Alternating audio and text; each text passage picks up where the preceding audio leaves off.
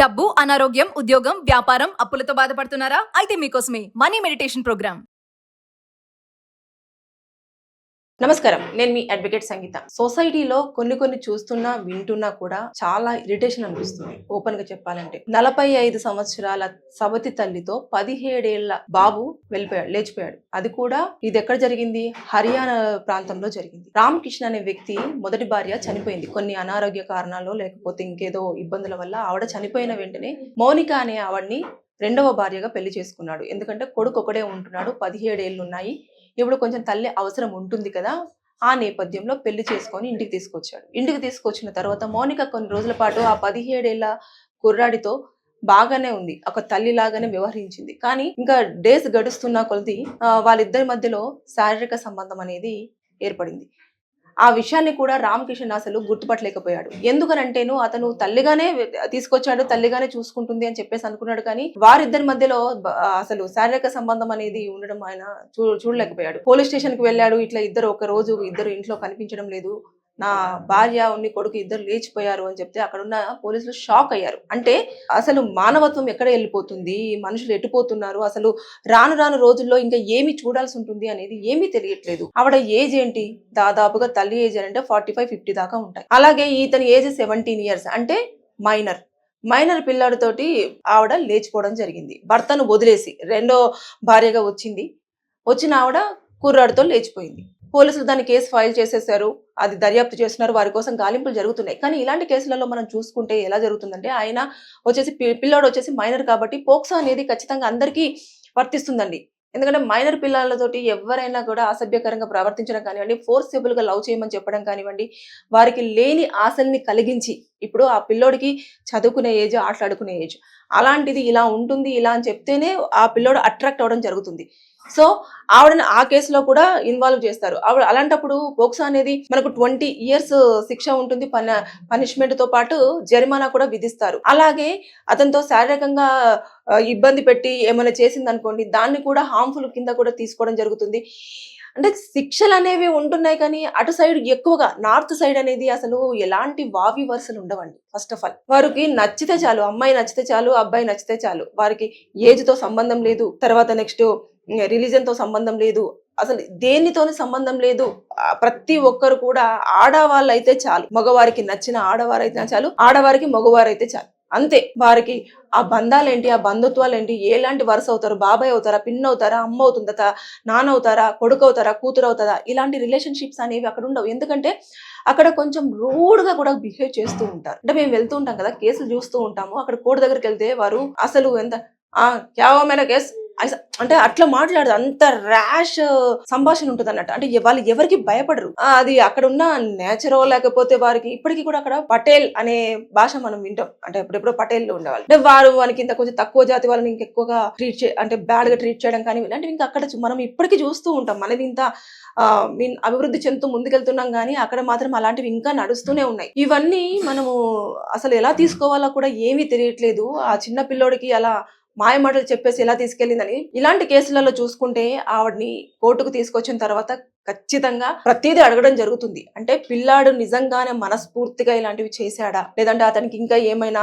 మొబైల్లో కూడా అవి చూపిస్తుంటారు కొన్ని వీడియోస్, వాటి కింద కూడా వేరే కేసు కూడా ఫైల్ అవ్వడం జరుగుతుంది. అంటే దాని కింద ఒక కేసు అవుతుంది, పిల్లోని తీసుకెళ్లిన కింద ఒకటి అవుతుంది, పిల్లోడు మైనర్ కింద ఒక కేసు అవుతుంది. ఇలాంటివన్నీ కేసులు తీసేసుకుంటే ఆవిడ దాదాపుగా పనిష్మెంట్ తీసుకునే అవకాశాలు ఉంటాయి. ఒకవేళ పిల్లోడు కనుక మేజర్ అయ్యి ఉంటే వాడికి ఎంత, 17 సంవత్సరాలు, ఆ అమ్మాయి 45 నుంచి 50 సంవత్సరాల మధ్యలో ఉంటుంది. తల్లి ఏజ్ అంటే ఇంకా ఆల్మోస్ట్ ఆల్ కిషన్ అనేవాడే చూస్తుంటేనే ఒక 50 సంవత్సరాల దాకా కనిపిస్తున్నాడు. అలాంటి తరుణంలో ఇప్పుడు ఇవన్నీ మనము ఎలా చూసుకున్నా కూడా రోజు రోజుకి ఏమైపోతుందో, నచ్చితే మీరు ఆగి అదొకటి మనకేమవుతాడు ఆలోచన చేసి నిజంగానే ఇలాంటి చేసుకోవచ్చు. ఒక భర్త ఉన్నాడు, భర్త వల్ల మీకు సుఖం అందకపోతే విడాకులు తీసుకోండి, మీకు తగిన వరుణ్ణి వెతుక్కొని పెళ్లి చేసుకోండి. ఎవరైనా సరే, అమ్మాయి కానివ్వండి, అబ్బాయి కానివ్వండి. అంతేగాని చంపుకోవడాలు, చచ్చిపోవడాలు, లేచిపోవడాలు ఇవన్నీ చేసేసి పరువు పోగొట్టుకునే పనులు తప్పించి ఇవి దేనికి పనికొచ్చేటి లేవు. సొసైటీలో ఇలాంటివన్నీ రోజు రోజుకి మనం చూస్తున్నాం. పోలీసులు కూడా అవాక్కయ్యారు, అదేంటి అని,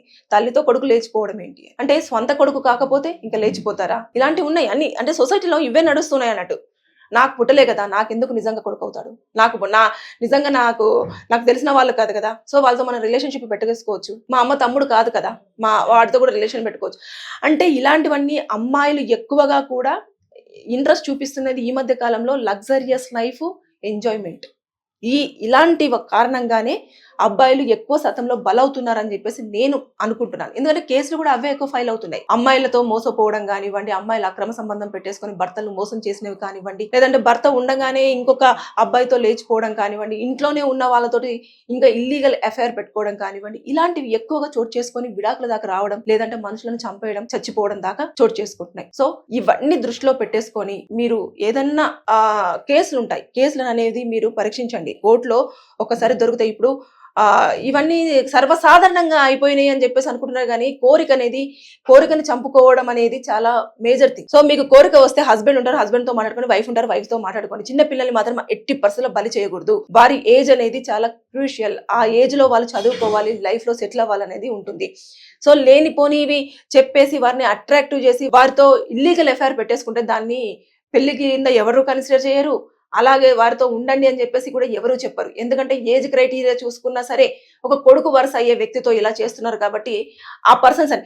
సో ఇలాంటి కేసులు చాలా సర్వసాధారణం అయిపోయినాయి. ప్రతి ఒక్కరు కూడా ఎక్కడైనా ఇలాంటివి జరిగితే పోలీస్ స్టేషన్లో కంప్లైంట్ ఇవ్వండి. చిన్న పిల్లల్ని ఎవరైనా హరాస్ చేసినా, చిన్న పిల్లలతో ఎఫ్ఐఆర్ పెట్టుకున్నా, చిన్న పిల్లల్ని ఎక్కడి నుంచెల్లైనా తీసుకొచ్చేసినా, అంటే ఇప్పుడు వాళ్ళు అక్కడి నుంచి పారిపోయారు, వేరే ఏదో ఒక ప్లేస్కి వెళ్తూ ఉంటారు కదా, వెళ్ళిన తర్వాత ఏజ్ గ్రూప్ ఉన్నప్పుడు ఇతను నాకు అన్నప్పుడు మీరు కనుక్కోండి ఏజ్ ఏంటి, ఎలా ఏంటి అని కనుక్కొని పోలీసులకు మీరు కనుక కంప్లైంట్ ఇస్తే వారిని కాపాడిన అవకాశం ఉంటుంది. మీరు కూడా వారికి హెల్ప్ చేసిన కిందికి వస్తారు. చట్టాలు ఎప్పటికప్పుడు మారుతూనే ఉన్నాయి, శిక్షలు వేస్తూనే ఉన్నాయి, జడ్జిమెంట్స్ చేంజ్ అవుతూనే ఉన్నాయి. అయినప్పటికీ కూడా ఇలాంటివి ఏదో ఒక చోటు జరుగుతున్నాయి. నార్త్ సైడ్ లో మాత్రం కోకొల్లలు మనము చూసుకుంటే ప్రతి ఒక్క వీధిలో ఇది మనకు కనిపిస్తూనే ఉంటుంది.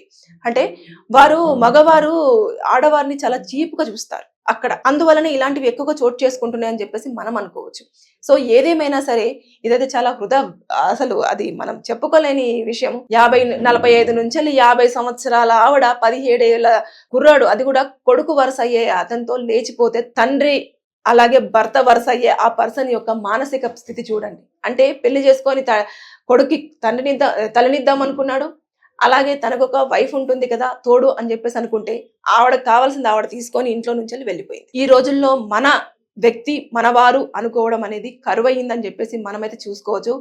అసలు కేసులు చాలా రకాలుగా చాలా డిఫరెంట్ గా ఫైల్ అవుతున్నాయి. ఒకప్పుడు డివోర్స్ కేసులు, కొట్లాటలు, పీటీ కేసులు ఇలాంటివి ఉంటాయి. ఇప్పుడు అలా ఉండాలి. ఫ్యామిలీ కేసుల్లోనే రకరకాల కేసులు వస్తున్నాయి. ఆ కేసులను చూస్తుంటే మాకే విచిత్రం అనిపిస్తుంది. ఆ కేసుల గురించి మనం చూస్తూ ఉంటే లోతుగా స్టడీ చేయాల్సి వస్తుంది. అంటే ఎక్కువగా మనం కేసులు వేస్తే మా వైఫ్ వేరే వాళ్ళతో ఇల్లీగల్ రిలేషన్షిప్ పెట్టేసుకుంది అంతే, వైఫ్ ఇంకొక అతనితో, తనకు వరుస అయ్యే వాళ్ళతో, లేదంటే తన ఏజ్ గ్రూప్ వాళ్ళతో. ఇప్పుడు అలా ఉండట్లే. కొడుకులతో, మరుదులతో, తమ్ములతో, అన్నలతో, అక్కలతో, చెల్లెలతో, ఇలా ఎవరిని చూసినా కూడా చాలా different kind of mind sets వస్తున్నాయి. లేదు అనుకుంటే నచ్చకపోతే అడ్డొస్తే చంపేస్తారు. ఇవే అమ్మాయిలు కానివ్వండి, అబ్బాయిలు కానివ్వండి, ఆలోచన ధోరణి మారుతుంది. ఆ ధోరణి అనేది ఎందుకు మారుతుంది అనేది వాళ్ళే ఆలోచన చేసుకోవాలి. సో ఏదైనా ప్రాబ్లం వస్తే ఖచ్చితంగా పోలీస్ స్టేషన్కి వెళ్ళండి, కంప్లైంట్ ఇవ్వండి, మీకు న్యాయం జరుగుతుంది. లేదు పోలీస్ స్టేషన్ లో మీకు న్యాయం జరగదు అనుకుంటే డైరెక్ట్ గా కోర్టులో పిటిషన్ ఫైల్ చేసుకోవచ్చు, న్యాయం జరిగే అవకాశాలు ఉంటాయి. ఎవరి డిస్ట్రిక్ట్స్ కోర్ట్స్ లో వారికి సపరేట్ గా సెల్ ఉంటుంది, అక్కడికి వెళ్ళేసి మీరు ఫైల్ చేసుకునే అవకాశాలు ఉంటాయి. ఇలాంటివన్నీ చూస్తుంటే చాలా బాధాకరం, చాలా హృదయ విదారకమైన పరిస్థితి అది. ఆ ఫాదర్ కి ఎలాంటి న్యాయం జరుగుతుందో అక్కడున్న కోర్టులు ఇంకా నిర్ణయం తీసుకోవాల్సింది. Thank you.